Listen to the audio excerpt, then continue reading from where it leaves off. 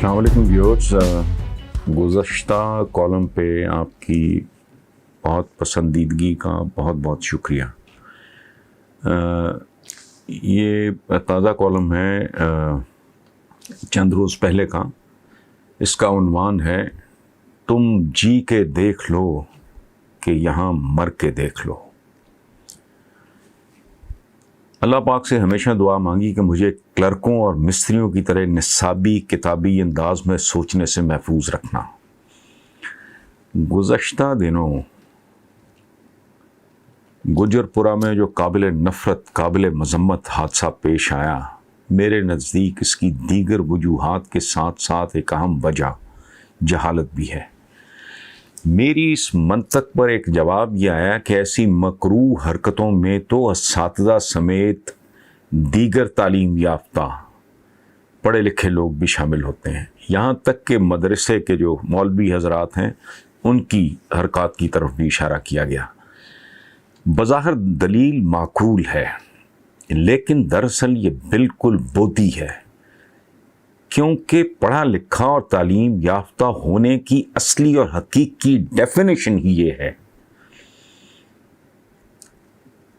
कि पढ़ा लिखा, सचमुच पढ़ा लिखा और तालीम याफ्ता आदमी मुहज़्ज़ब होता है। और मुहज़्ज़ब वो है जो जिस्मानी या फ़िक्री तौर पर ख़ुद को दूसरों पर जबरन मुसल्लत करने की कोशिश नहीं करता, बल्कि उसे गैर इंसानी रवैया समझ के दूसरों की राय आज़ादी पसंद नापसंद का एहतराम करता है। इसीलिए हमारे आका का ये हुक्म है कि दूसरों के झूठे खुदाओं को भी बुरा मत कहो। वो तालीम और पढ़ाई लिखाई जो आदमी को अपग्रेड करके इंसान नहीं बना सकती, रोटी रोज़ी रोज़गार का ज़रिया तो हो सकती है, तालीम नहीं कहला सकती। जो अरसा दराज से इंसान साजी पे जोर दे रहा हूँ, तो इसका मकसद सिर्फ लिटरेसी रेट में इजाफा ही नहीं है, कुछ और भी है। और इस कुछ और में ये तमीज़ तहजीब भी शामिल है कि औरत बुज़ुर्ग का एहतराम करो और बच्चों से मोहब्बत करो। ये कोई रॉकेट साइंस नहीं, बल्कि दीन कामिल की बुनियादी तरीन तालीमात में शामिल है। लेकिन न रियासत न हमारी होम मेड किस्म की रूहानियत इस पर तवज्जो देती है। यहाँ शलवार के टखनों से ऊपर नीचे होने का दर्स तो दिया जाता है। झूठ, मिलावट, रिश्वत, खुशामद, गंदगी फैलाने, बिजली चुराने, मेरिट की पामाली, अकरबा परवरी, खयानत, औरत की बेहुरमती, वादा शिकनी जैसी लानतों पे कोई बात ही नहीं करता। पाबंदी औकात का कोई जिक्र ही नहीं करता, हालांकि नमाज का अहम तरीन जुज़्व है, वरना अल्लाह पाक के हुजूर सजदा तो किसी भी वक्त दिया जा सकता है। तेरा दिल तो है सनम आशना, तुझे क्या मिलेगा नमाज में। लेकिन क्या करें कि इस मुल्क में, इस माशरे में किनारे चल रहे हैं, दरिया कब का रुका हुआ है।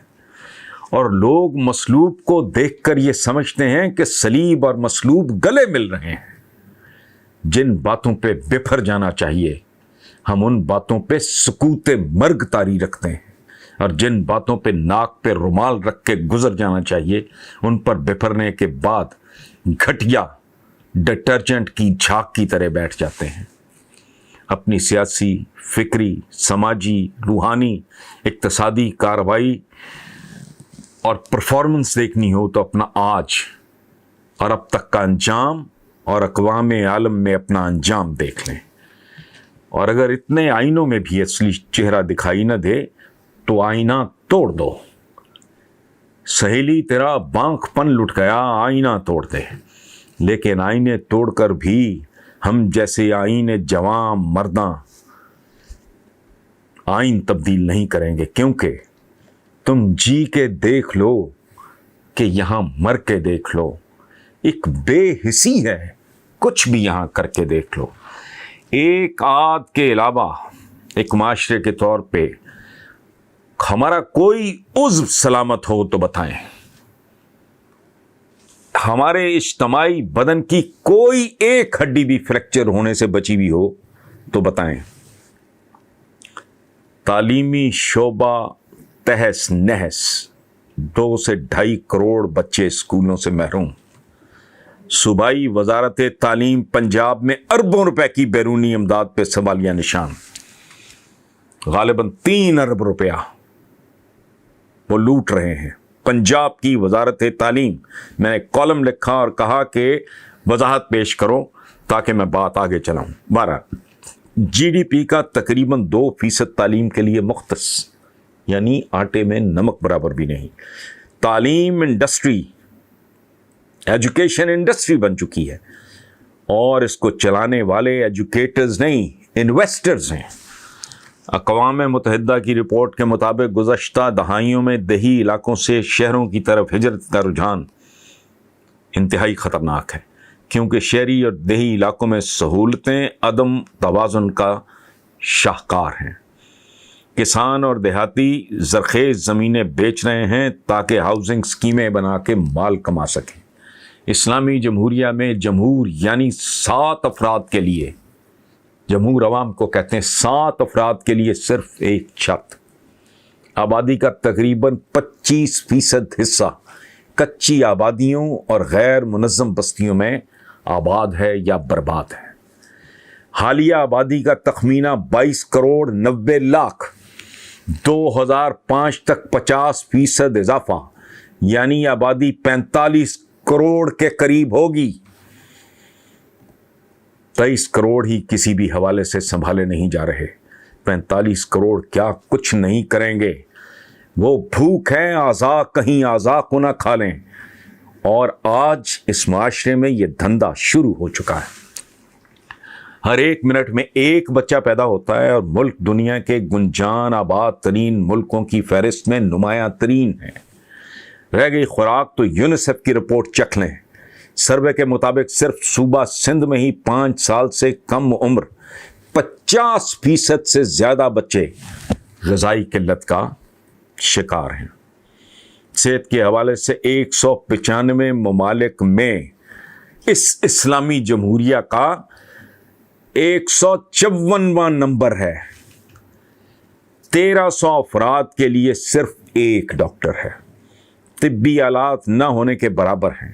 مریض کرسیوں پہ بیٹھ کے ڈرپ لگواتے ہیں. ہیپاٹائٹس کے مریضوں کی تعداد تقریباً 10% ہے. پانی میں آرسینک کی موجودگی خود حکومت کنفرم کرتی ہے. پانی کی صورتحال بتدریج بد سے بدتر ہوتی جا رہی ہے. میں سب سوائل واٹر کی بات کر رہا ہوں. زیر زمین پانی کی صورتحال بتدریج بد سے بدتر ہوتی جا رہی ہے. معیاری کیا، پینے کے قابل پانی بھی کستوری بن چکا ہے. اس ملک کی 1.2% آبادی، یہ دل تھام کے سنیں یہ کہ اس ملک کی 1.2% آبادی نصف قومی دولت پر قابض ہے. باقی 98.99% شہریوں کی زندگی عذابوں اور اذیتوں میں مبتلا ہے. ہر وہ پاکستانی جس نے کبھی 1 لاکھ روپیہ اکٹھا نہیں دیکھا، وہ 2 لاکھ روپے کا مقروض ہو چکا ہے. لیکن یہاں موضوعات اور مسائل ہی اور ہیں. حالانکہ ہمارے اجتماعی بدن میں اتنے مسام نہیں جتنے زخم ہو چکے ہیں. تو سمجھ نہیں آتی کہ ہمارا مستقبل کیا ہے.